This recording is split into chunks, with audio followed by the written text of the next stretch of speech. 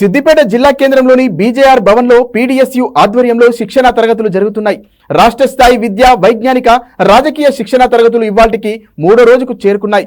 ఈ సందర్భంగా పీడీఎస్యు రాష్ట్ర అధ్యక్షుడు మహేష్ మాట్లాడారు. ఇవాళ జరిగిన తరగతుల్లో మతం ఫాసిజం అంశంపై Telangana university assistant professor doctor Pitla Saritha బోధించారు. ఈ కార్యక్రమంలో పీడీఎస్యు రాష్ట్ర ప్రధాన కార్యదర్శి ఎస్వి శ్రీకాంత్, రాష్ట్ర నాయకులు రాజేశ్వర్, గౌతమ్, కిరణ్లతో పాటు శ్రీను, మస్తాన్, చరణ్, తిరుపతిలో పాల్గొన్నారు.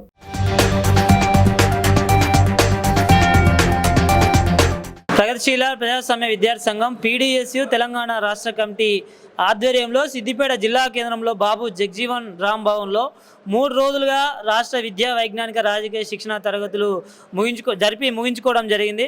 ప్రధానంగా ఈ రాష్ట్రంలో విద్యారంగంలో వస్తున్నటువంటి మార్పులు, జాతీయ అంతర్జాతీయ విషయాల మీద, అట్లాగే మతం, ఫ్యాసిజం, ఇతర అనేక రకాల విషయాల మీద ఒక లోతైనటువంటి చర్చలు ఈ క్లాసులలో జరిగాయి. ఇవన్నీ కూడా ప్రగతిశీల విద్యార్థులుగా తీర్చిదిద్దడం కోసం, విద్యార్థులను వాళ్ళందరినీ కూడా రాజకీయంగా ఎడ్యుకేట్ చేసి వాళ్ళందరినీ ఉద్యమాల వైపు మళ్లించడం కోసం ఈ క్లాసులు అనేది ప్రధానంగా ఉపయోగపడతాయని చెప్పేసి పీడీఎస్యు రాష్ట్ర కమిటీగా మేము భావిస్తూ ఉన్నాం. అట్లాగే ఈ రాష్ట్రంలో ప్రధానంగా స్కాలర్షిప్ పెండింగ్లో ఉంది, రియంబర్స్మెంట్ పెండింగ్లో ఉంది. దాదాపు 8,300 కోట్ల పైచీలకు స్కాలర్షిప్లు ఇవాళ బకాయిలుగా ఉన్నటువంటి పరిస్థితి ఉంది. దీనివల్ల పేద మధ్యతరగతి విద్యార్థులు ఇవాళ చదువులకు దూరం అవుతున్నటువంటి స్థితి ఉంది. కాబట్టి తక్షణమే ఇవాళ కొత్తగా ప్రభుత్వం ఏర్పాటు చేసినటువంటి కాంగ్రెస్ ప్రభుత్వం ఈ పెండింగ్ స్కాలర్షిప్ రియంబర్స్మెంట్ను తక్షణమే విడుదల చేయాలి. అదేవిధంగా ఇవాళ దాదాపు 8 నెలలు గడుస్తున్న ఈ రాష్ట్రానికి ఒక విద్యాశాఖ మంత్రి కేటాయింపు లేదు. తక్షణమే విద్యాశాఖకు ప్రత్యేకమైనటువంటి మంత్రిని కేటాయించే రకంగా ముఖ్యమంత్రి చొరవ తీసుకోవాలి. అదేవిధంగా ఇవాళ రాష్ట్రంలో ఉన్నటువంటి ప్రభుత్వ యూనివర్సిటీలు మొత్తం కూడా ఇవాళ సంక్షోభంలోకి నెట్టబడ్డాయి. వాటికి శాశ్వతమైనటువంటి వైస్ ఛాన్సలర్లను కేటాయించకుండా ఇవాళ మొత్తం కూడా ఇన్ఛార్జ్ బాధ్యతలు ఇచ్చి ఇవాళ మొత్తం యూనివర్సిటీలను ఇవాళ దిక్కుతోచని పరిస్థితుల్లో ఇవాళ పారేసేటువంటి ఇవాళ చర్యలకు రాష్ట్ర ప్రభుత్వం పూనుకుంటుంది. కాబట్టి అన్ని విశ్వవిద్యాలయ సమస్యలను పరిష్కరించాలి, వాటి అభివృద్ధి కోసం ప్రత్యేకమైనటువంటి గ్రాంట్లను కేటాయించాలని చెప్పేసి ప్రధానంగా పీడీఎస్గా డిమాండ్ చేస్తా ఉన్నాం. అట్లాగే ఇవాళ జాబ్ క్యాలెండర్ ప్రకటిస్తామని చెప్పేసి మాట్లాడినటువంటి రాష్ట్ర ప్రభుత్వం ఇవాళ మొన్న జరిగినటువంటి అసెంబ్లీ సెషన్లోనే ప్రకటిస్తామని చెప్పి వాళ్ళ వాటిని దాటేసేటువంటి ధోరణి ప్రదర్శించింది. మేము పీడీఎస్గా దీన్ని ఖండిస్తా ఉన్నాం. తక్షణమే ఇవాళ ఒక లిఖితపూర్వకంగా, ఒక శాస్త్రీయబద్ధంగా మీరు ఎన్ని పోస్టులతో మీరు జాబ్ క్యాలెండర్ వేయదలుచుకున్నారో మీరు స్పష్టం చేయాల్సినటువంటి అవసరం ఉంది. నిరుద్యోగుల పక్షాన మీరు నిలబడాల్సినటువంటి అవసరాన్ని కూడా మేము పీడీఎస్ విద్యార్థి సంఘంగా గుర్తు చేస్తూ, అట్లాగే భవిష్యత్ కార్యాచరణ కూడా మేము ఈ క్లాసులలో రూపొందించుకోవడం జరిగింది.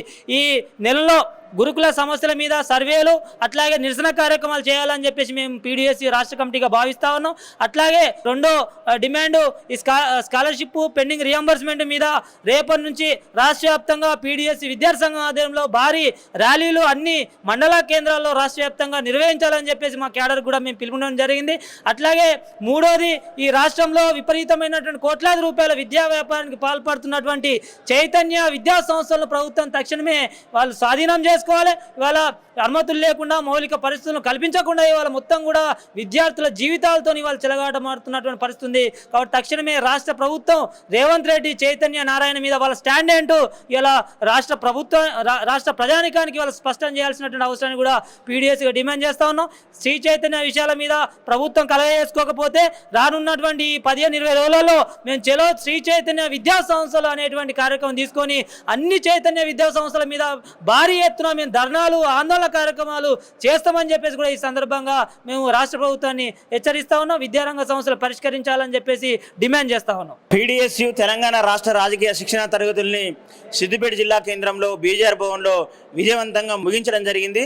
సిద్దిపేటలో జరిగిన క్లాసుల్లో ప్రధానంగా మేము విద్యారంగం మీద, విద్యారంగ సమస్యల మీద, విద్యారంగంలో వస్తున్నటువంటి మార్పుల మీద, విద్యా ప్రైవేటీకరణ మీద, కార్పొరేటీకరణ మీద పెద్ద ఎత్తున చర్చ చేశాం. అదేవిధంగా దానికి అనుగుణంగా ఉద్యమ కార్యాచరణ కూడా రూపొందించుకోవడం జరిగింది.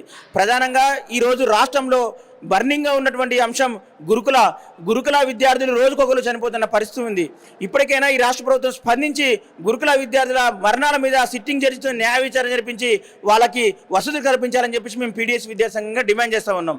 అదేవిధంగా ఇంకొక బర్నింగ్ అంశం ఈ రియంబర్స్మెంట్, స్కాలర్షిప్స్ అనేవి 8,000 కోట్లు పెండింగ్లో ఉన్నాయి.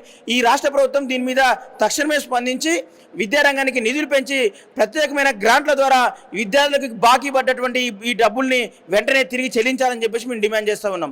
అదేవిధంగా ఈ రాష్ట్రంలో కొత్త ప్రభుత్వం ఏర్పడినా కూడా ఎప్పటిలాగానే ఫీజుల దోపిడీ జరుగుతూ ఉంది. ఫీజుల నియంత్రణ చట్టం అమలు లేదు. ఈరోజు కార్పొరేట్ నారాయణ శ్రీ చైతన్య ముఖ్యంగా ఈరోజు ఫీజుల దోపిడీ చేస్తూ ఉంది. శ్రీ చైతన్య విద్యా సంస్థల్లో ఎక్కడ కూడా మౌలిక సదుపాయాల కల్పన లేవు. ఈరోజు అనేక మంది విద్యార్థులు ఈరోజు మౌలిక వసతి లేక తినడానికి కనీసం తిండి లేక ఈరోజు నీళ్ళ చారుతోని అదేవిధంగా ఉడికి అన్నంతో ఇబ్బందులు పడుతున్న పరిస్థితి ఈరోజు శ్రీ చైతన్య ఇన్స్టిట్యూషన్లో ఉన్నటువంటి హాస్టల్లో మనం చూస్తూ ఉన్నాం.